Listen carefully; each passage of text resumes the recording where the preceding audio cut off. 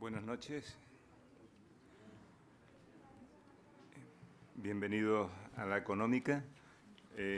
Hoy celebramos es uno de los dos días importantes para nosotros del año. El 4 de febrero es el acto más importante, que es la conmemoración de la Fundación, y hoy, el día de cierre, también es un día que disfrutamos especialmente y que tratamos un poco de hacer una recopilación, una síntesis de todo lo que ha ocurrido, ¿no? Pero antes de eso tendremos de por sí el último acto del año. Y para presentar ese acto del año, y para este último acto, nos acompaña nuestro director de honor, Tomás Van de Valle, y el conferenciante Juan Alejandro Lorenzo Lima. Para no alargar mucho el acto, porque luego habrá algunas palabras más, doy la palabra a Tomás Van de Valle para presentar al ponente de esta noche. Muy bien, buenas noches, gracias director. Gracias de nuevo al director y a la Junta de Gobierno por aceptar que se celebrara este acto de la Fundación Canaria de Arte Flamenco, con la disertación del profesor Juan Alejandro Lima. La Fundación necesita criterios, necesita que haya estudiosos, profesores, intelectuales que planteen los problemas y las cuestiones importantes de la conservación de este patrimonio, que es un patrimonio antiguo del siglo XVI y si quieren del XVII, pero es un patrimonio muy desconocido y es un patrimonio que cuesta manejarlo al público me refiero, porque las administraciones públicas sí se han ocupado, hay que decirlo, o sea, quizá en algún caso no, pero la mayoría de las administraciones públicas que tienen que ver con el patrimonio, tanto en La Palma, el Cabildo, en Gran Canaria y en Tenerife.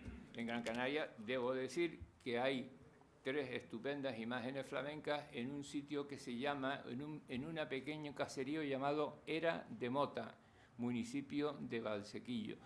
3 magníficas esculturas que restauró el Cabildo de Gran Canaria. Es decir, que nosotros no venimos a un sitio, no llegamos a un campo en el cual no hay nadie trabajando. Sí lo hay. Están las administraciones y está el profesor Lorenzo Lima, que se ha pasado una buena temporada en estos últimos meses catalogando, inventariando, estudiando el patrimonio cultural flamenco en Canarias, y tiene ideas muy claras y muy precisas, y en algún caso polémicas, para analizar y comprenderlo. Para nosotros es importante que haya alguien capaz de darnos ideas. Nosotros no somos historiadores, en concreto la Fundación no tiene historiadores del arte, pero sí tenemos al profesor Lorenzo Lima y algunos otros, quizá no son demasiados, pero bueno, los que hay son buenos. Así que yo, bueno, no voy a dar más datos del currículum del profesor porque me alargaría mucho, pero ahí queda su conferencia y sus imágenes, que son también muy importantes.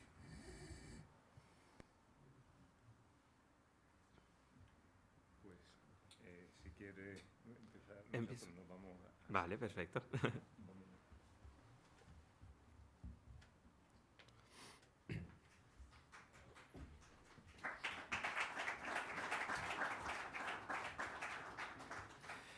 Hola a todos, buenas noches. Antes de empezar, pues me gustaría agradecer la invitación realizada por la Fundación Canaria de Arte Flamenco, con la que venimos colaborando desde hace ya unos cuantos meses, y también a la Real Sociedad Económica de Amigos del País de Gran Canaria, que nos acoge esta noche. Tras los agradecimientos de rigor, toca manifestar un agradecimiento o una satisfacción mayor en lo personal, porque, como ya se ha dicho, lo que voy a compartir con ustedes esta noche es resultado de muchas horas de trabajo y, en consecuencia, lo más significativo de un proyecto de investigación no reglado que desarrollamos durante los últimos años en la Dirección General de Patrimonio Cultural del Gobierno de Canarias. Después de valorar una iniciativa previa, en febrero de 2022 se adoptó la decisión de revisar y completar el inventario de manufacturas artísticas de los antiguos Países Bajos conservadas en el archipiélago. De forma paralela, contando con la ayuda de investigadores que residen de forma permanente en Madrid, México y Bruselas, dimos forma a un amplio volumen de más de 650 páginas, profusamente ilustrado, donde se recogen los resultados de la investigación acometida en simultáneo. El libro, que nos encontramos revisando y completando en la actualidad, contará con 8 ensayos diferentes, donde se abordan múltiples cuestiones que atañen al legado de Flandes o del Norte. Como ven, tendrá el título genérico de Hechura de Flandes, arte de los antiguos Países Bajos en Canarias. Confiamos en que ambos productos, el libro y el inventario, puedan consultarse a lo largo del próximo año, porque el conocimiento de dichas piezas no ha dejado de ampliarse o revisarse durante los últimos meses. En esta semana concluyen los trabajos de restauración previstos por el Gobierno de Canarias en obras de interés como la Virgen de Remedios de los Llanos de Aridane, en La Palma, sobre la que luego volveremos, y que intervienen Nieves Luisa Cabrera y Domingo Cabrera, o piezas de menor formato como la Pequeña Santa Margarita de Adeje o el San Sebastián de la Orotava, la última incorporada ahora al repertorio de piezas nórdicas por Rubén Sánchez, su restaurador. Además, se está procediendo a la limpieza y a los tratamientos de conservación preventiva que demanda el retablo mayor de la parroquia de San Juan Bautista de Telde, aquí en Gran Canaria, obra clave de nuestro patrimonio cultural. Por aquí está Iván Arencibia, a quien se debe esta acción necesaria, que tanto nos entusiasma a todos y ha generado mucho debate en lo administrativo o procedimental. Al margen de esta coyuntura, los resultados del trabajo ya concluidos son evidentes y muy esperanzadores. Del inventario se pueden consultar algunas fichas de los bienes más relevantes en la web de la Fundación Canaria de Arte Flamenco, junto a otro material preparado para ello. Sin embargo, el inventario ya se encuentra publicado en su totalidad, pero no divulgado en LAVA, el Sistema de Información de Patrimonio Cultural del Gobierno de Canarias. A día de hoy, dicho registro o inventario tiene un total de 240 fichas, vinculadas a más de un centenar de bienes. En él se recogen las obras, manufacturas y enseres domésticos de mayor interés llegados a Canarias desde los antiguos territorios de Flandes antes de 1900, porque el hito más reciente o límite cronológico lo marcan piezas que fueron adquiridas para el Museo de Bellas Artes de Santa Cruz de Tenerife, inaugurado precisamente en 1900. Aquí vemos algunas de esas pinturas, escenas militares y paisajes con figuras, pero entre ellas destaca este interesante cuadrito que se denomina desde entonces Familia y tuvo un éxito en la prensa del momento, donde se señala incluso que muchos vecinos del viejo Santa Cruz acudían a él en veneración para contemplarla. Decían que hacían cola de 1 hora para entrar al museo. Sabemos que es réplica, ahora sabemos que es réplica de varios personajes que ganan autonomía, contenidos en una obra de mayor formato que se adscribe a Jacob Jordaens, un pintor del 17, y esta obra en concreto se exhibe en el Museo de Bellas Artes de Valenciennes, en Francia. Por tanto, lo que recoge el último inventario son las obras conservadas en todas las islas, a excepción del Hierro y Lanzarote, donde no hay constancia de su existencia actual o pasada con claridad. Se trata de aquellas piezas que han tenido vinculación histórica con nuestra región entre los siglos XV y XIX. Ahora vemos reproducida una ficha a modo de ejemplo, para que conozcan los campos de cada registro. Tienen denominación, emplazamiento, técnica, restauraciones, síntesis histórica, valoración artística y análisis iconográfico, entre otros. Se atienen a un modelo convencional, pero hemos dado prioridad a los registros bibliográficos como fuente de información fiable y completa, que podrá consultarse sin mayor complejidad en red. Además, todas las obras registradas se han fotografiado entre 2022 y 2023 por Fernando Cova del Pino con un carácter documental. Las fotos informan sobre el estado de conservación que tienen todas estas manufacturas en nuestro tiempo, de modo que esas imágenes, muy complejas de realizar a menudo y con altísima calidad siempre, son otro logro del proyecto. Yo diría que es uno de sus grandes aciertos. Para ese fin, solicitamos la colaboración de casi un centenar de templos, museos e instituciones con el fin de registrarlas bien, retirando muchas esculturas de sus retablos o lugares de culto, para tener un conocimiento lo más amplio posible de todas ellas. Fíjense cuánta información nos dan estas fotografías de las tallas en todos sus lados, no vistas hasta ahora, por ejemplo, las traseras, muchas cubiertas con chuletas o tablas, e incluso hasta de las pinturas, porque casi nunca se reproducen con sus marcos originales o con los marcos añadidos en las islas. Esto, insisto, es algo que obviamos a menudo. Pero al margen de estas cuestiones, defendimos siempre que el nuevo inventario no debía delimitarse a las obras de mayor repercusión, es decir, a pintura y a escultura, porque si lo hacíamos así, se desvirtúa su representatividad o no damos una idea global.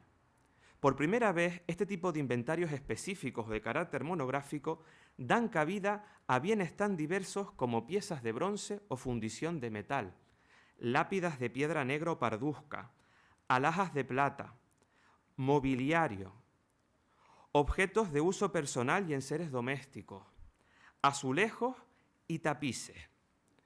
Lo único que dejamos fuera por su carácter inabarcable y especialmente por su singularidad fueron los libros impresos en Flandes, sobre todo durante los siglos XVI y XVII. Es un tema apenas esbozado y requiere mayor atención, aunque en nuestros desplazamientos por centros e iglesias de las Islas Mayores constatamos que son muchos los ejemplares conservados, sobre todo los que guardan relación con el culto, la religiosidad o la teología. De hecho, hemos empezado a esbozar un primer listado o registro simple con los libros que ya eran conocidos y otros que nos hemos ido encontrando poco a poco. Créanme que han aparecido en los sitios más inverosímiles. Porque, como sucedió en América desde igual fecha, resulta de mayor interés las obras debidas a la oficina de Plantin Moretus, uno de los principales centros impresores de su momento en Europa.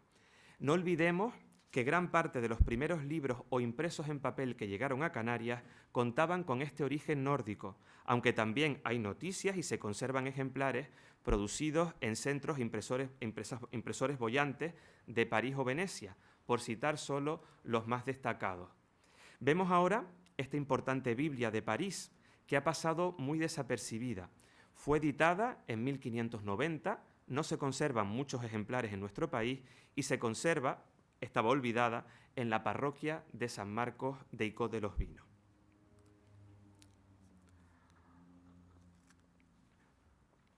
La insistencia en las obras, casi como el único objeto de estudio, es algo complejo y debe revisarse.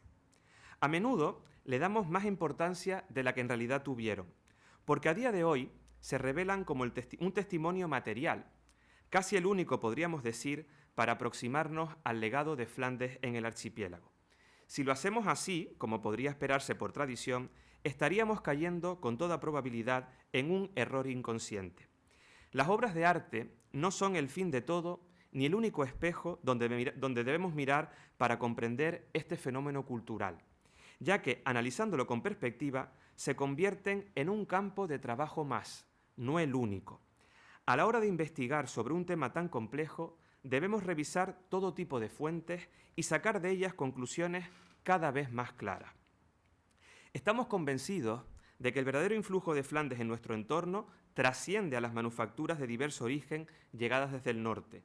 Las supera notablemente. Basta reparar en algunas circunstancias para darnos cuenta de ello, porque entre otros fenómenos, sabemos que a finales del siglo XVII, especialmente durante los últimos años del reinado de Carlos II, muchos habitantes de Canarias vestían con prendas de encaje al modo de los paños llegados de Flandes en aquel tiempo. Vemos estos retratos tan significativos de José Borges Temudo y de su mujer. El mobiliario no era ajeno a costumbres de origen nórdico, arraigado en la península desde la época de los Reyes Católicos.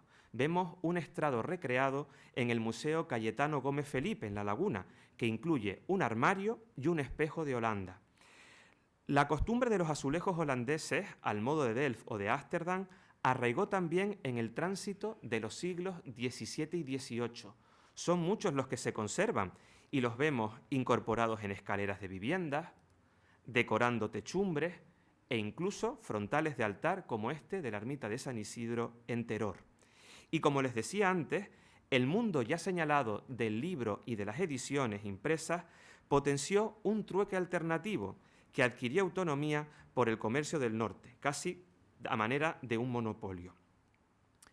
Paralelo a todo esto, se encuentra la circulación de estampas y grabados, sobre todo de motivos religiosos que podían conocerse en ediciones impresas o de forma aislada, por medio de las llamadas estampas sueltas o láminas en papel. Excepcional por tamaño, tema y técnica es esta representación del árbol genealógico de la Orden de San Francisco, conservado en Santa Cruz de la Palma. Es uno de los poquitos ejemplares que se conservan en Europa. Y no es casual que encontremos algunas de estas estampas en libros de diverso origen con menor formato, como sucede con este libro de cuentas de un convento de la Orotava, que incorpora una estampita que reproduce un modelo del siglo XVII, no ajeno al arte de Rubens. El valor de las estampas es crucial, por muchos motivos, pero tampoco se ha estudiado lo suficiente. De las muchas que circularían por Canarias, quizás centenares, apenas subsisten ejemplos identificados por el uso que le dieron los artistas o creadores plásticos. La Biblioteca de La Laguna conserva una colección corta de grabados sobre obras hagiográficas de Marten de Vos, que perteneció a José de Osabarri, colaborador de José Luján Pérez. Y en el Museo de Bellas Artes de Santa Cruz de Tenerife se conserva por milagro una Biblia ilustrada que pudo pertenecer a Juan de Miranda, nuestro pintor más notable del antiguo régimen. Los pequeños grabados de esta edición holandesa de 1613, debidos en su mayoría a Van der Brocht, sirvieron de inspiración a Miranda en algunos casos, tal y como sucede con esta escena del Via Crucis que decora aún la capilla de la Orden Tercera en Santa Cruz de Tenerife. No descubrimos nada nuevo en ello. El influjo de los modelos de Flandes entre los artistas de Canarias es innegable durante los siglos del antiguo régimen, y como sucedía de forma semejante en el Viejo y en el Nuevo Mundo, se presta a interpretaciones muy diversas.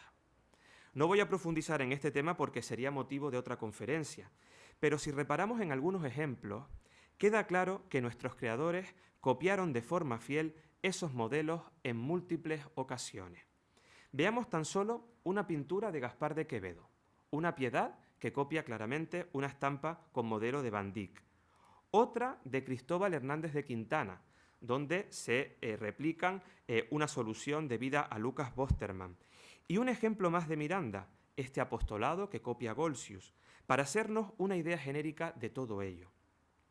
La única duda es que no siempre podemos intuir la estampa o el modelo por el que dichos maestros y sus coetáneos conocieron esas soluciones, ya que, como ilustra ahora esta figura de Cristo, hay varias obras que se reproducen de forma fiel.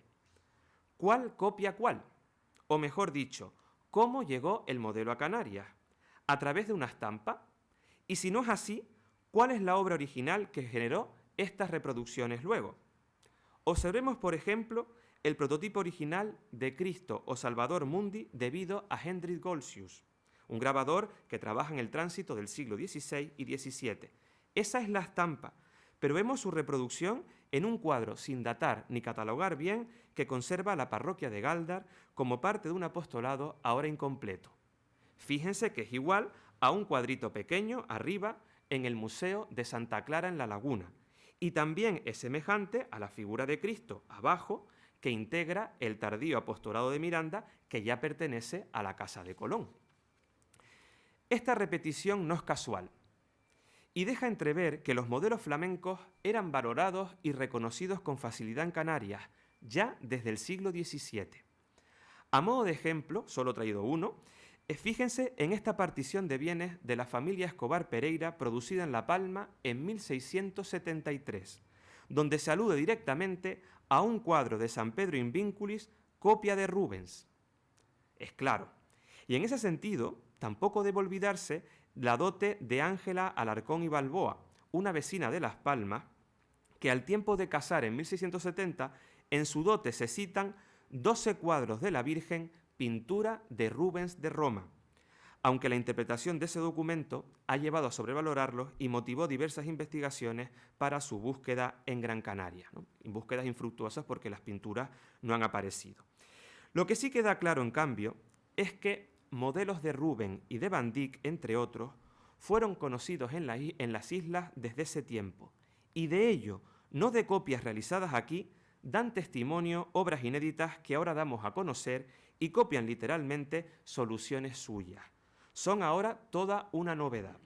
Se trata de piezas importadas, que pudieron llegar en ese tiempo a modo de serie pictórica, como sucede con un conjunto de 4 lienzos de tema mariano conservado en la Orotava, que copian grabados de autores acreditados en la época de Amberes, ¿no? Vemos solo 2, la Asunción de la Virgen y el regreso a Egipto. Pero también las encontramos decorando obras de gran importancia como este vargueño que estamos viendo aquí, ¿no? En sus tapas, en las tapas de las puertas, vemos 2 escenas donde se copian clarísimamente modelos de la época de Rubens sobre planchas de cobre. En este concreto, una composición de los Reyes Magos a partir de Segers. Pero también pasa con otras pinturas que han pasado muy desapercibidas y exhibe el Museo Diocesano de Arte Sacro aquí en Las Palmas. Son 4, pero de ellas, como señalaremos luego, 2 están firmadas y guardan mayor unidad en lo estético y lo formal. Tal y como se aprecia gracias a la comparativa, interpretan fielmente pinturas famosas y muy divulgadas del maestro de Amberes, en los pasajes archiconocidos de la presentación en el templo o de la visitación a Santa Isabel. Este hecho demuestra que los modismos de Flandes, antes y después de las novedades de Rubens y otros autores de aquel tiempo, eran reconocibles con facilidad.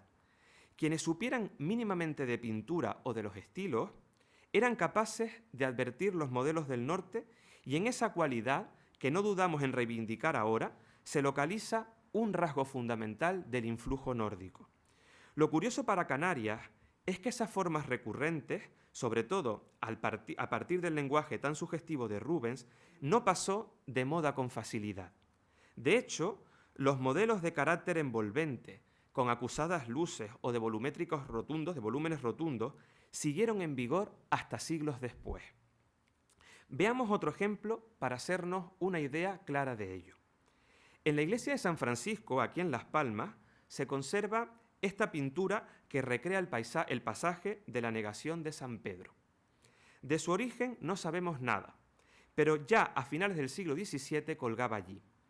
La obra se ha estimado como una réplica de calidad del original de Gerard Segers, identificado con este lienzo que exhibe la North Carolina Museum of Arts y divulgó en fecha temprana la estampa. El valor de esta obra isleña reside en que pudo ser referente para 2 más que se pintaron en las islas, quizás replicándola. Una ya era conocida y desde principios del siglo XVIII decora la parroquia de la Concepción en la Orotava, aunque a nuestro juicio su atribución a Hernández de Quintana es discutible. Ahora damos a conocer otra, que se conserva en un domicilio de dicha localidad, es de menor tamaño y más colorista, y esta en concreto la hemos documentado en 1779, a buen seguro, copiando el ejemplar de la iglesia de la Orotava y no la de Las Palmas. El juego es claro. Por un lado, el original, y por otro, la copia de una copia, y una tercera copia que rememora la segunda, no lo que podríamos llamar modelo isleño. Este caso se antoja singular por lo que sabemos con seguridad de él, y aunque hay otros análogos que hemos estudiado, no los voy a poner porque los voy a cansar, esto demuestra que lo sucedido en Canarias no es excepcional. Al contrario, reviste una importancia relativa por la dinámica que puede seguirse en torno a las piezas o manufacturas del norte. Señalábamos antes que muchos artistas y conocedores sabían identificar estos modelos de Flandes, pero puestos a establecer una interpretación más global, ¿hasta dónde llegan otros indicios de la cultura y de los modos de esa región europea? Al margen de la documentación, las obras conservadas en el archipiélago nos enseñan mucho, muchísimo diría yo, en ese sentido, pero debemos aprender a verlas de otra forma. Hay que hacerles preguntas para obtener las respuestas que tanto necesitamos ahora. Reparemos en algunos ejemplos para señalar otras cuestiones que no han sido tan valoradas hasta ahora. Algunos conjuntos, sobre todo los retablos del XVI, incorporaron retratos de sus comitentes para perpetuar la imagen que querían transmitir de ellos como legatarios o donantes. Antón Cerezo, su mujer Sancha Díaz de Zorita y uno de sus hijos, a buen seguro Francisco Palomares, integraban parte del gran tríptico de la Virgen de las Nieves que presidió su propia ermita en el pueblo de Agaete. Disgregados y con forma oval, son la imagen elocuente de un personaje notable de las primeras décadas del 500. Ahora bien, si los estudiamos con detenimiento, ¿reproducen la imagen fiel o real de dichos personajes? Me atrevo a aventurar que no es así, porque las condiciones no eran las propicias para ello. ¿Cómo conocería Jos van Cleef, el afamado pintor a quien se atribuye estas piezas, los rasgos de un comerciante que vivía a más de 3.000 kilómetros y no era consciente de la evolución de las artes en Flandes? ¿Había entonces cultura del retrato en Canarias? Es más, mi pregunta va un poco más allá. ¿Sabía realmente Cerezo que Van Cleef pudo concretar la hechura de su valioso retablo de pincel? Siendo honestos, creo que no, porque hasta donde sabemos, la única referencia de Cerezo a esta obra la hace en un testamento de 1535, cuando pide que se encargue otro retablo al mejor maestro que se hallase. No da nombres ni indica vías. Por eso mismo, soy partidario de cuestionar el sentido de muchos encargos que se realizaron desde Canarias a otros mercados europeos y a los virreinatos del Nuevo Mundo. Los promotores isleños, como acabamos de ver, pedían obras sin pensar en artistas o procedimientos creativos que les eran totalmente desconocidos. Como en este caso, lo que se requiere habitualmente es una manufactura de calidad y al menor precio posible, siguiendo las ofertas de la demanda, es decir, siguiendo las reglas propias del mercado. Ante ello, para este tipo de pinturas, sobre todo de los retratos, proponemos ahora el uso de un término específico. Me gusta usar la palabra de imágenes rememorativas, ya que nunca, mejor dicho, rememoran, evocan y transmiten roles o apariencias, pero no plasman la realidad fiable de lo fisionómico o lo físico, siempre con un carácter fidedigno. Este otro ejemplo es muy claro en ese sentido. Vemos ahora la efigie del comerciante portugués Pedro Afonso Masuelo, que decoró la predela del grandioso retablo de Flandes que había ordenado adquirir para la parroquia de los Remedios en La Laguna en 1597. Su efigie no pudo pintarse en Amberes hasta una década después y llegó a Tenerife en 1614, siendo colocada de inmediato en el presbiterio.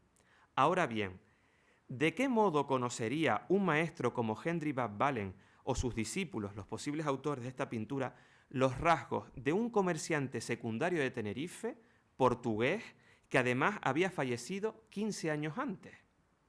Nos encontramos de nuevo ante lo que me gusta llamar imagen rememorativa, porque además, en este caso, otros indicios dejan entrever que dicho retrato fue resignificado en Canarias. Si nos atenemos a todo esto, la indumentaria es también un indicio para valorar el influjo de Flandes. Señalamos antes que algunos retratos de finales del siglo XVII informan sobre la costumbre superada luego por la que muchos vecinos tuvieron de sobrevestirse con prendas de hilo o encaje, siguiendo las modas de Flandes. Fijémonos en los detalles de este soberbio retrato de Juan Jansen Verschueren, al igual que el de su mujer, que es Ana Lesur de la Torre. Su retrato, además, incorpora una inscripción donde se refiere el origen en Flandes, concretamente alude al término el gentilicio antuerpiense, natural de Amberes. Y además esto es significativo porque Jansen había probado años antes de casarse en 1689 la notoriedad de los ancestros familiares en los Países Bajos. Si profundizamos en todo ello, que cuestiones que escapan a los objetivos de nuestra intervención de hoy, podríamos codificar rasgos de conducta en común para la comunidad de flamencos residente en el archipiélago. En todo caso, ellos y otros vecinos eran conocedores de los sucesos ocurridos en varios territorios de Flandes y en Europa, gracias a todo tipo de publicaciones y a obras llegadas desde allí durante aquel tiempo. En ese sentido, resulta de gran interés dar a conocer dos obras que suponemos pintadas en los Países Bajos y rememoran escenas bélicas del siglo XVII. Por un lado, vemos primero el descanso de las tropas en lo que podría identificarse como guerras de Flandes. En este caso es una pintura de tamaño medio que atribuimos ahora a Peter Snyders y formó parte de la colección de José de Betancourt en la Orotava a finales del Antiguo Régimen. Y por otro lado, esta es muy importante, un cobre de excepcional calidad que intuimos rememora el asedio a la ciudad de Viena en 1683. Fijémonos en los detalles de esta representación militar, de gran solvencia en lo técnico y con un carácter documental innegable. Para quienes contemplasen en Canarias esta obra, era una ventana abierta al conocimiento de muchos aspectos, a lo militar, a lo urbano, a lo paisajístico-bucólico y, por qué no, a lo propiamente humano. Ambas representaciones han permanecido inéditas hasta ahora y, desde luego, se prestan a lecturas tan complejas.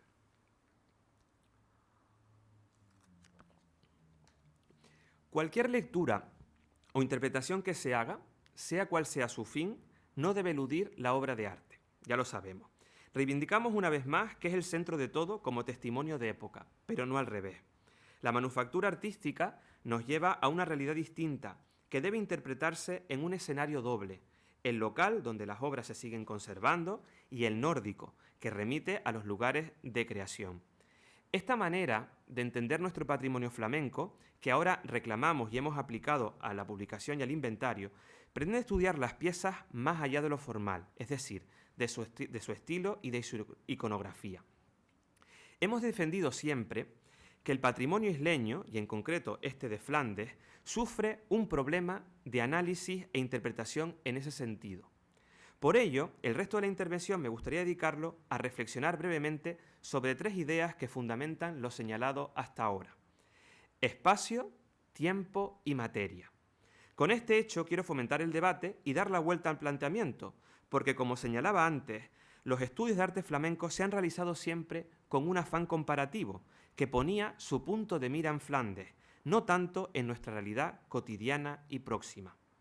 El todo era establecer paralelismos y vincular este legado tan diverso con lo sucedido fuera, sin entender muchas veces la singularidad del archipiélago. Ahora planteamos un ejercicio al revés, siguiendo las deducciones que empezó a trabajar la profesora Constanza Negrín en la década de 1980.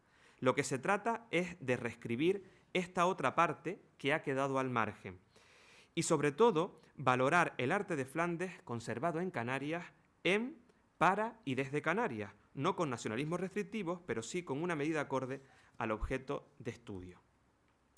Para todo ello, el espacio es clave. Durante los siglos del Antiguo Régimen, se produjo en Canarias una simbiosis clara entre la manufactura del norte y el arte propiamente local o isleño.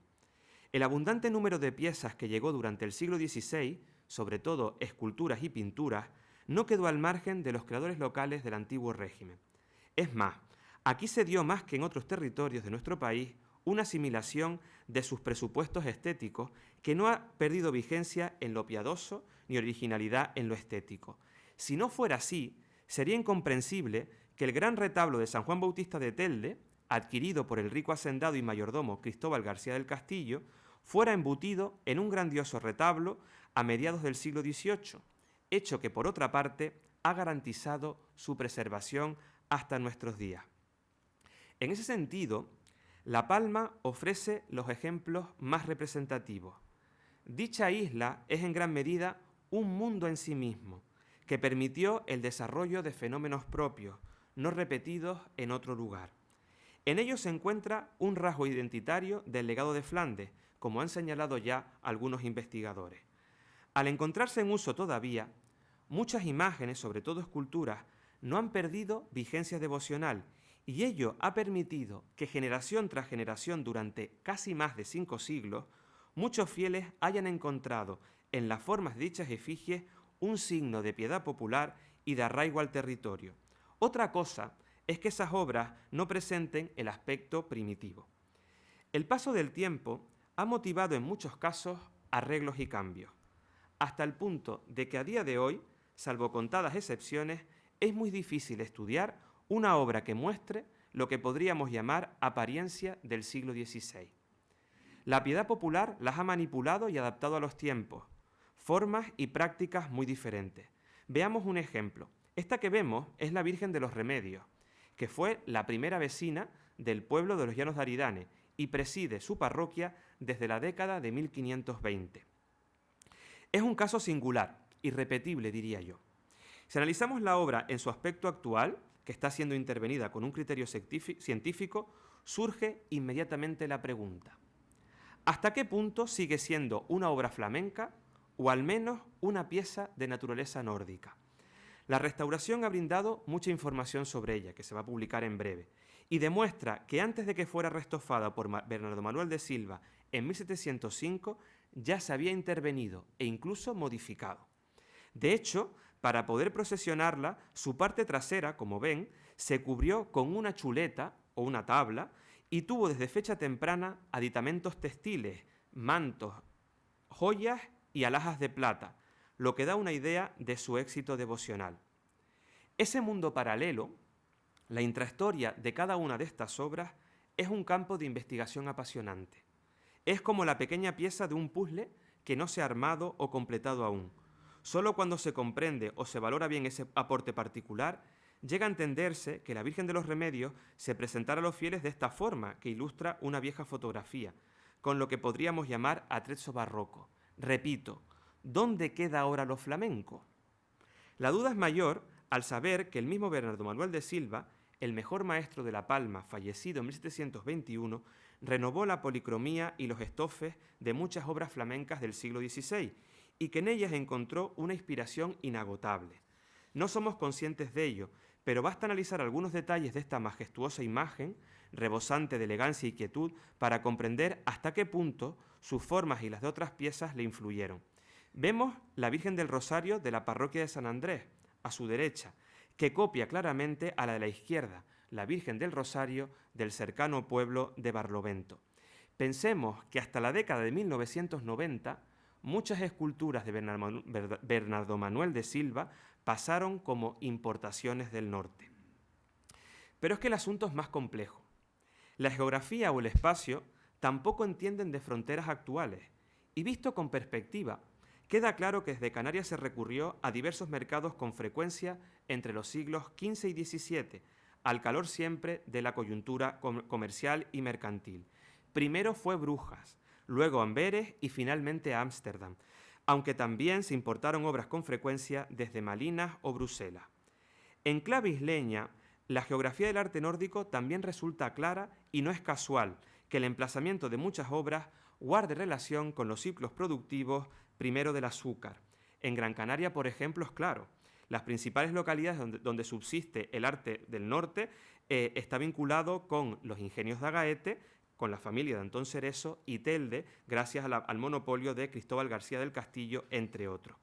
En La Palma sucede lo mismo, con importantes obras en la capital, en Santa Cruz de la Palma, en los pueblos del norte, en Los Sauces, en San Andrés, pero también en los pueblos del Valle de Aridane.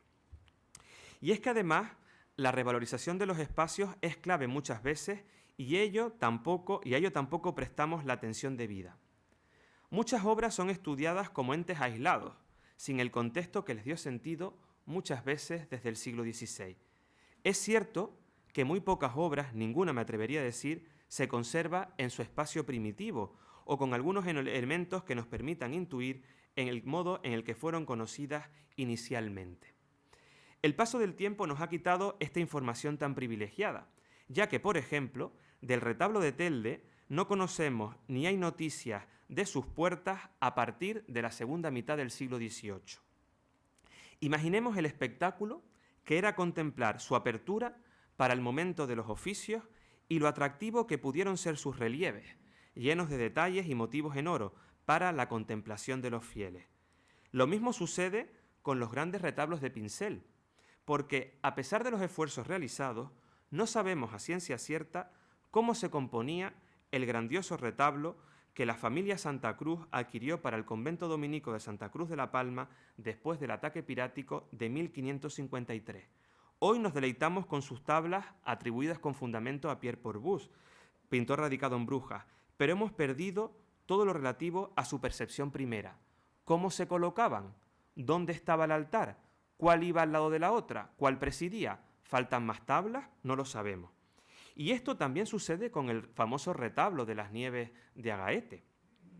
No olvidemos que los retratos de sus donantes, que ahora están aislados, formaban parte de la tabla central junto a la efigie de la Virgen, exenta desde el siglo XVIII. Y las tablas laterales, la de San Antonio y la de San Francisco, tuvieron que ser forzosamente recortadas. En otros casos, solo conservamos la tabla central, como sucede en esta coronación de la Virgen, que conserva la parroquia de los Sauces, o en esta bellísima Virgen de la Consolación de la Orotava, atribuida al maestro del Hijo Pródigo. En estos casos, los marcos todavía conservan restos de las bisagras para mover las puertas. Ahora bien, estas costumbres nos llevan a hablar de un segundo concepto, el tiempo. El tiempo es aquello que nos separa del periodo en que las obras fueron adquiridas o de los momentos y sucesos que repercuten en su existencia actual. Muchas obras están descontextualizadas ya para siempre y solo tenemos que contemplar una pintura de época, como esta de la Misa de San Gregorio que conserva la Casa de Colón, para darnos cuenta de que el universo piadoso o ceremonial que surgía a su alrededor no va a volver nunca. Pensemos que muchas de estas obras se ocultaban tras velos y eran dispuestas en sencillas hornacinas sobre mesas de altar, por lo general en nichos abiertos en la pared. Tan solo ha sobrevivido un tabernáculo escultórico, uno de los cerca de 40 que hay documentados. Es el de la Virgen de la Encarnación en su ermita de Santa Cruz de la Palma, que tanto llama la atención por su atrezzo o sentido iconográfico. Vemos una estantería, el atril, la mesita, los libros. Está compuesto por obras importadas desde Amberes entre las décadas de 1520 y 1530, pero si observamos viejas fotografías, queda claro que el sentido piadoso fue diferente siglos atrás y antes tenía añadidos de textiles, velos, cristales, flores, velas, que ya han sido retirados. El tiempo alude también a los contextos de ejecución y encargo, así como a las circunstancias que los posibilitaron. Es sin duda uno de los asuntos más polémicos y el que genera mayor controversia, porque tomando como referente algunos casos en concreto, se ha generalizado mucho este aspecto. Puede afirmarse, y creo que es evidente, que no todo el arte flamenco que llegó a Canarias en el siglo XVI es consecuencia del monocultivo del azúcar. Antonio Macías nos ha señalado algunas claves en ese sentido, y sus deducciones, claves para contextualizar todo el arte, ayudan en ese sentido. Nadie duda de que obras de importación temprana, asociados a Giacomo de Monteverde, entre ellas la Virgen de la Encarnación que vimos, los retablos que pudo adquirir García del Castillo para su familia en la parroquia de Telde, y los retablos también de pincel de Antón Cerezo en Agaete, están vinculados directamente con el cultivo de la caña. Su éxito en puertos como el de Amberes, que también representa esta pintura decimonónica que decora el ayuntamiento de esa ciudad en Flandes, explica dicha circunstancia. Pero, sin embargo, cuando su rentabilidad decae del azúcar en la segunda mitad del siglo, las obras llegan por medios diferentes y conforme a una dinámica iniciada antes. Pensemos que, por ejemplo, este retablo de pincel que decoró la parroquia de Santiago Apóstol en el Ralejo Alto en Tenerife fue requerido por su mayordomo Hernando Llanes en 1546 y lo importó desde Amberes un comerciante de origen italiano, Domenico Riso, que explicó en un documento que nunca había estado en Flandes, lo que indica además que los implicados en este tipo de transacciones no eran siempre naturales del norte o residían un tiempo allí.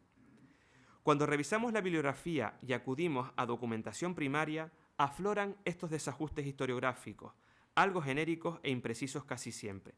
Un ejemplo es bien ilustrativo en ese sentido, aunque créanme, podría ponerles varios.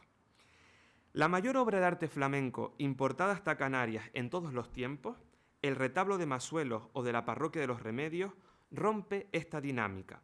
aunque algunos investigadores insisten en su vínculo con el fenómeno azucarero. ¿Dónde está el azúcar?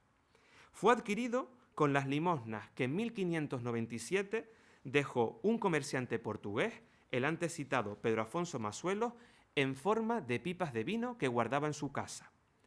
En el encargo no intervino nadie vinculado con el azúcar hasta donde sabemos, y los mediadores en Amberes no se dedicaron al comercio del azúcar prácticamente en ningún momento de su vida. Eran en realidad agentes mercantiles que formaban parte de una red internacional que permitía adquirir toda clase de manufacturas y para distintos lugares, porque, por citar tan solo un nombre, Pascual Leardín pudo ajustar los servicios de Van Balen para estas obras. También trajo las campanas de bronce de la Catedral de Las Palmas después del ataque de Van der Does en 1599, y lo hemos encontrado trayendo todo tipo de mercancía para vecinos del norte de Tenerife, desde alfileres hasta ladrillos para construir chimeneas. Repito, ¿dónde está el azúcar? El análisis de estos periodos nos enseña además que no todo el arte llegó a las islas después de su ejecución. Siempre que vemos una obra flamenca, tendemos a situarla en el siglo XVI. Y eso no es así, porque también hay fenómenos que no se han aclarado lo suficiente y siguen siendo un enigma. La colección de arte reunida por José de Betancourt y Castro en la Orotava a finales del siglo XVIII propició que a las islas llegaran en ese tiempo piezas de gran relieve, como la que les señalaba antes, esta escena militar atribuida a Snyders, pero también el famoso Cupido, que él y sus descendientes valoraron como un trabajo autógrafo del mismísimo Van Dyck. Saben que es una obra polémica en cuanto a la inscripción. Y un siglo después, por poner solo otro ejemplo, arribaba a Gran Canaria esta bellísima tabla de la Huida a Egipto, que formó parte de un retablo que hasta la Guerra de la Independencia decoró la Cartuja de Miraflores en Burgos. Vinculada hasta hace pocos años con la Casa del Conde de la Vega Grande, ahora se encuentra en la Casa de Colón, y en su adquisición del siglo XIX sospechamos que pudo mediar Juan del Castillo Westerling. Se puede comparar con piezas atribuidas o escritos a quien se supone que es su autor, el enigmático maestro de la leyenda de Santa Catalina. Esto es una obra de muchísima importancia, de modo que dos obras de este maestro atribuidas se conservan en el Museo del Prado y muestran un estado de conservación cambiante. Analizando el tema con perspectiva, ¿tienen menos valor estas piezas porque hayan llegado tan tarde? Esto les da mucho valor e incluso nos obliga a profundizar en otros contextos. Cada obra es como un pequeño mundo en sí mismo que tenemos que empezar a investigar. No me quiero extender mucho más y ya voy a concluir, pero falta por abordar un último aspecto que tiene que ver con la realidad geográfica y el tiempo. Es el componente material. Las obras son finitas, están hechas para que desaparezcan o para que se conserven, pero es que lo preservado en nuestro tiempo es una parte mínima de la gran cantidad de manufacturas y enseres que arribaron a Canarias antes de 1700. Cuando empezamos a leer documentación nos damos cuenta que es algo así como la punta del iceberg. Nos falta muchísimo por saber todavía. Muchas obras son conocidas por referencias documentales, pero de otras, lamentablemente, ni siquiera hay noticias y nunca sabremos de ellas. Su condición imperecedera en lo material ha permitido conservarlas muchas veces, porque estoy seguro de que gracias a las buenas maderas que se emplearon en su ejecución, son sobre todo robles del norte, han sobrevivido a tanto suceso o a tanto acontecimiento alrededor suyo.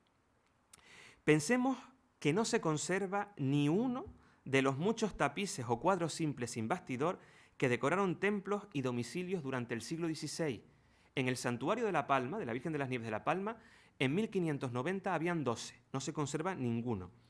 Tan solo ha subsistido el fragmento de una casulla de tapicería, la que ven esta de San Andrés en la parroquia de su nombre en La Palma. Apenas pervive en Agüimes uno de las muchas arquetas de madera encorada que fueron usados como cofres para reservar al Santísimo. Y no queda nada, absolutamente nada, del primer menaje litúrgico que tuvo la Catedral de Santa Ana, porque el tesoro desapareció con el ataque de Van der Does. Tan solo se conservan de piezas de menaje litúrgico este cáliz en la catedral o algunos platos limosneros en parroquias de Gran Canaria. en Telde y en Agüimes. Pero repito, son testimonios fragmentarios de los muchos que pudieron existir en un tiempo inmediato a ellos, porque como ha podido probarse, la documentación es bastante clara. Ante este panorama, tenemos que volver a las obras de arte y estudiarlas con detenimiento, pero siendo conscientes de que se han producido pocos avances y que no es suficiente muchas veces para conocer algunos testigos clave. Voy a poner solo 3 casos. Del afamado libro de horas de la Universidad de La Laguna, uno de los manuscritos miniados más notables de su tiempo que se conservan en nuestro país, este en concreto, como advertía Hernández Pereira, pudo ser ejecutado en la frontera franco-belga en la segunda mitad del siglo XV, solo sabemos que fue adquirido en 1817 por el bibliotecario de la recién creada Universidad de La Laguna. ¿Dónde estuvo antes? ¿Cómo llegó aquí? No lo sabemos. Con el tríptico de Nava, obra cumbre de la pintura del 500, abierta ya al influjo italiano, ocurre lo mismo. De la obra no sabemos absolutamente nada hasta principios del siglo XVII y suponemos que fue pintada 60 años antes.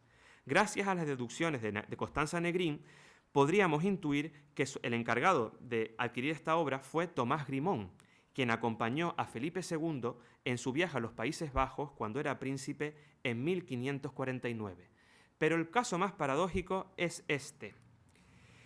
Tampoco está clara cómo llegó, cuándo llegó, quién la trajo y cuál fue el primer espacio de culto de la escultura flamenca más importante del archipiélago, el Cristo de la Laguna, del que, como ha señalado Lorenzo Santana, no conocemos nada en firme antes de 1576, una fecha tardísima. Repito, nos faltan casi 70 años de historia. Ante esta carencia de datos y noticias que, repito, se puede extender a otras obras, los historiadores hemos acudido al análisis formal y material para justificar atribuciones o juicios estéticos. En pocas ocasiones, las obras son generosas y revelan firmas, ya que sucedió así con las tablas que pudieron decorar un retablo del convento franciscano en Gáldar. Su firma, aquí la estamos viendo, y la cronología de 1540 fue interpretada últimamente por Ana Diegues, quien lo vinculó acertadamente con el maestro Gomar de Amberes, del que no se conserva prácticamente nada en Amberes. Estas pinturas de Gran Canaria son clave para conocer arte artista. Por nuestra parte, localizamos tan solo la firma de un artista secundario de la época de Rubens en varias pinturas que vimos antes, las que decoran el Vargueño y esta serie de la Orotava, extensible a una pequeña pintura en la catedral también. Están firmadas como C.B. Fekit, pero de momento no ha podido identificarse quién es este artista. Consultamos al Kirpa en los Países Bajos y no se conoce. Debe tratarse de un humilde pintor, un copista, que hacía obras por encargo en serie, porque de él sí hemos encontrado algunas obras vendidas en Alemania y en París. O sea, que es un pintor de la época. Por lo tanto, la falta de firmas o indicios que nos conduzcan a la autoría se ha querido solventar con las marcas de localidad que presentan algunas piezas del siglo XVI, sobre todo escultóricas producidas en Amberes. Como ven, la marca de la ciudad, que es una mano, por su origen mitológico, aparece pirograbada en algunas esculturas del retablo de Telde, hoy nos las enseñó Iván Arencibia, pero también aparecen en algunas esculturas de La Palma, lo que da una idea de la unidad conferida a esta producción. En cualquier caso, no siempre los indicios que muestran las piezas se pueden interpretar como signos de autoría o identificación cronológica. Pese a ello, Galante Gómez supuso que algunas letras del perizoma del Cristo de la Laguna, no todas, revelan la autoría de un maestro del que no se sabe nada. Él lo lee como Luis van der Bule, datando la pieza en 1514. Pero ni del van der Bule ni de la fecha hay indicios. Debates al margen, este tipo de hechos demuestran que todavía queda mucho por hacer y que a pesar de lo que parece a simple vista, el legado flamenco de Canarias es susceptible de interpretaciones muy diversas. Si me permiten la metáfora para acabar y no están cansados, da la sensación de que nos encontramos ante una difícil partida de ajedrez. Cada una de las obras o manufacturas que la integran es una pieza que ya conocemos más y mejor. Nos toca ahora jugar la partida en clave contextual. A estas alturas de la noche, queda claro que lo expresado aquí y en el último proyecto del Gobierno no es más que un movimiento distinto de las piezas, quizás no acertado, pero sí conveniente para el tiempo que nos ha tocado trabajar sobre el tema, o mejor aún, enfrentarnos a un tablero diferente. Tal vez seamos los personajes pensativos que recrea esta conocida pintura de Peter van Hise, datada en 1471. Muchas gracias por la atención y buenas noches.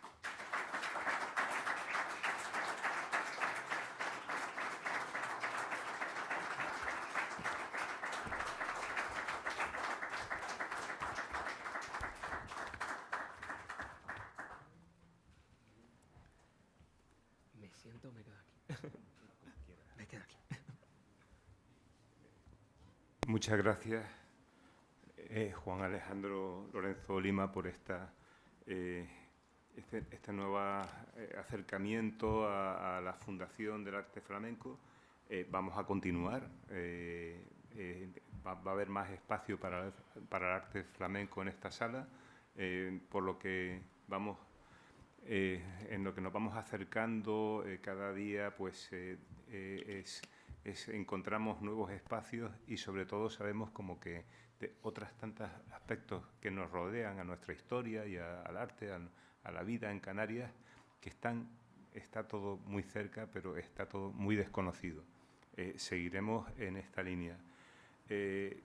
Pues con esta conferencia, que además que ha sido espléndida y que realmente podemos mantener, dejar, si acaso, por lo menos para el último día del año, trataremos de mantener hablar de arte en el final de un año intenso. Y es un año intenso en el que entendemos que hemos vuelto a la normalidad que nos dejó, que trastornó el COVID-19. Todavía el año pasado tuvimos hasta prácticamente abril, no empezamos y nos costó empezar. Ha costado volver a llenar la sala, volver a tomar contacto con los socios, pero venía una inercia y la Junta quedó motivada, nos dejó un poco, ya hemos seguido un poco la inercia que teníamos y también pues como consecuencia ya de encontrarnos unas condiciones favorables para poder hacer vida social, pues este año ha sido un año de recuperación de la normalidad e intenso. La Junta, el lunes pasado tuvimos una Junta de Gobierno y estábamos un poco todos bastante animados porque podemos considerar con orgullo que puede que haya sido este año un año en el que dentro del ámbito de la sociedad civil, pues esta casa ha podido tener a lo mejor o casi sin duda el mayor número una intensidad enorme en su actividad. Hemos tenido 5 ciclos importantes. De esos ciclos, 2 han sido 3 con la universidad y 2 con socios. Uno sobre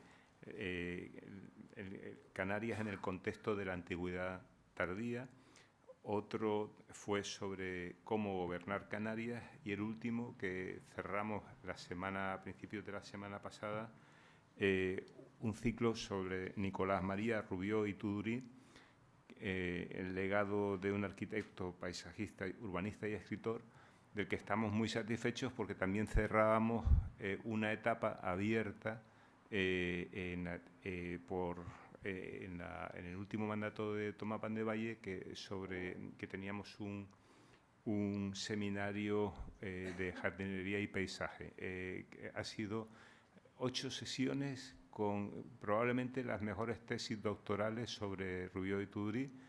Es un ciclo que luego tendrá repercusiones y continuaremos.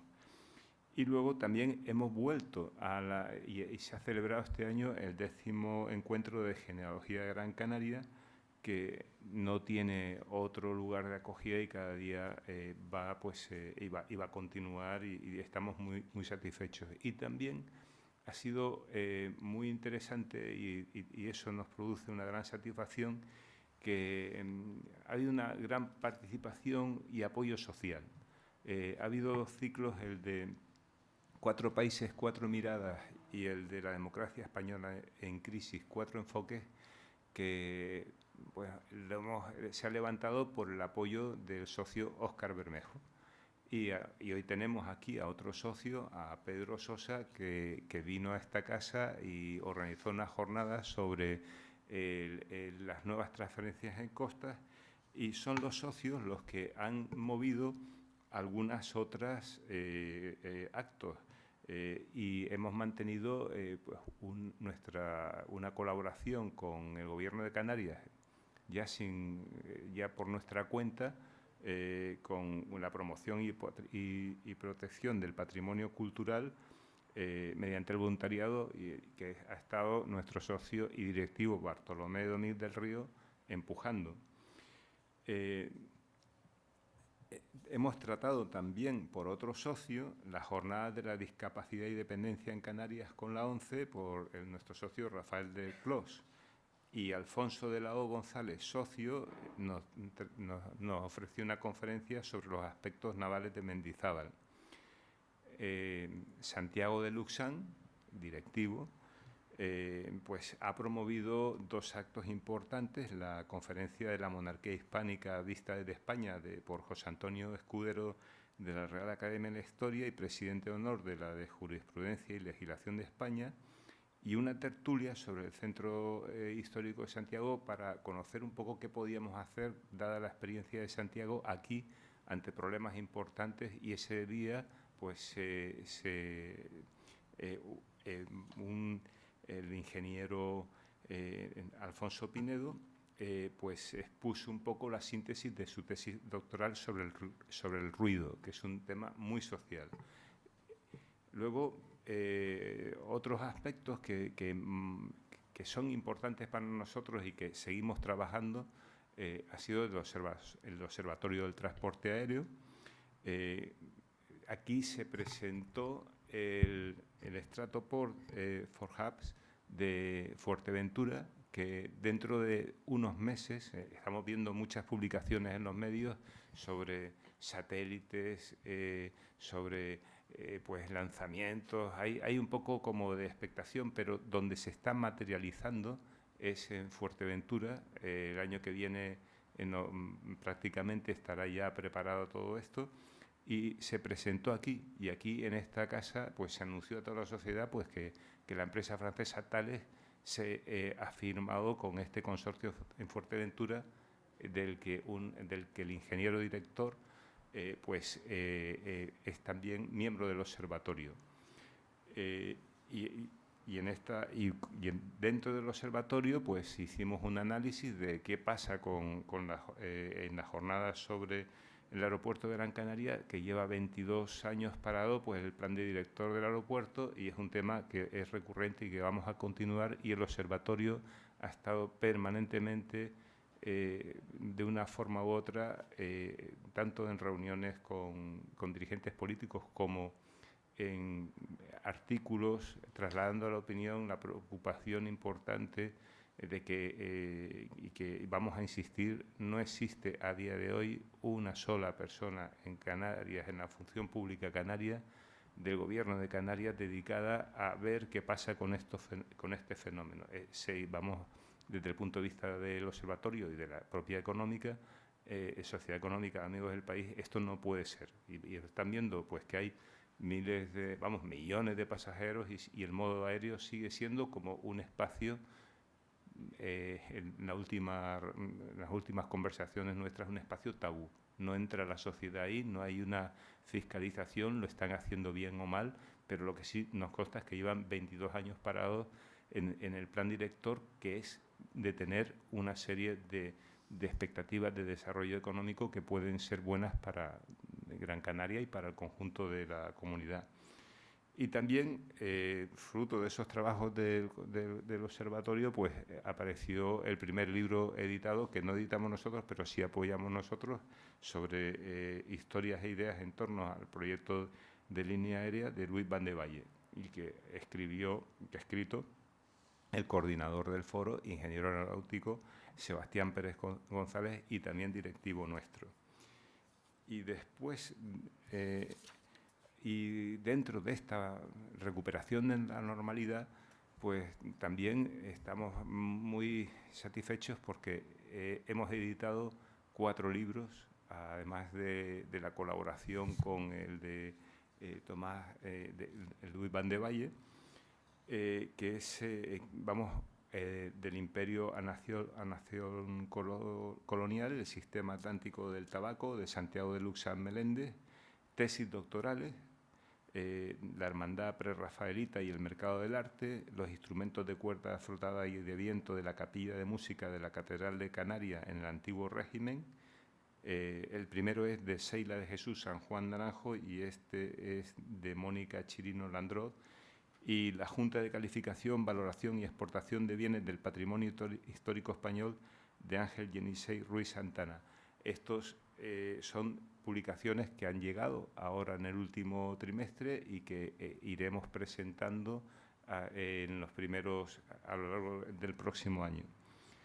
Y en otros aspectos, pues hemos mantenido, a principios de enero se consiguió también cerrar otro trabajo que ya venía de la Junta que dirigía Tomás Van de Valle, con todo el tema de la red de sociedades económicos de amigos del país de España.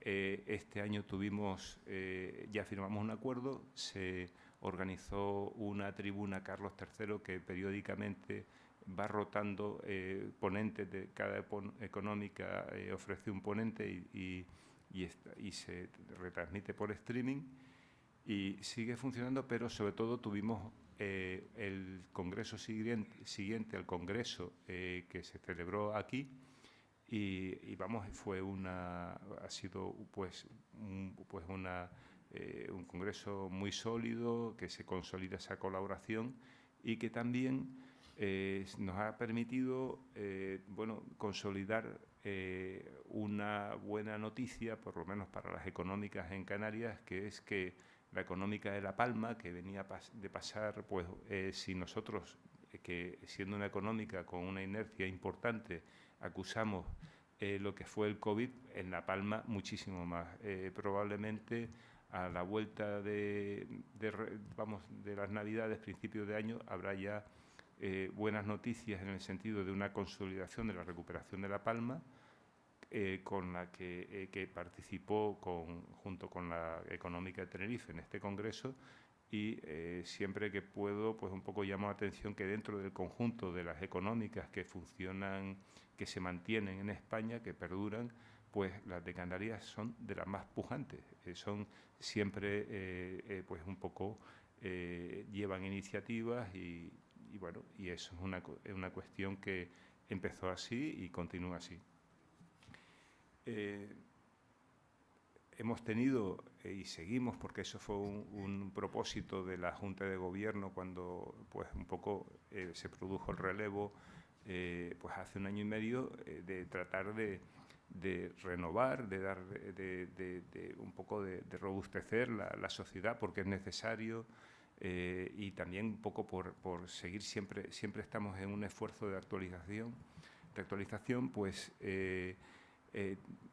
hemos conseguido un tema un poco complicado, que es que siempre ha sido, eso lo digo mucho, muy atractiva las sociedades económicas para los hombres, pero no conseguíamos que fuesen tan atractivas para las mujeres.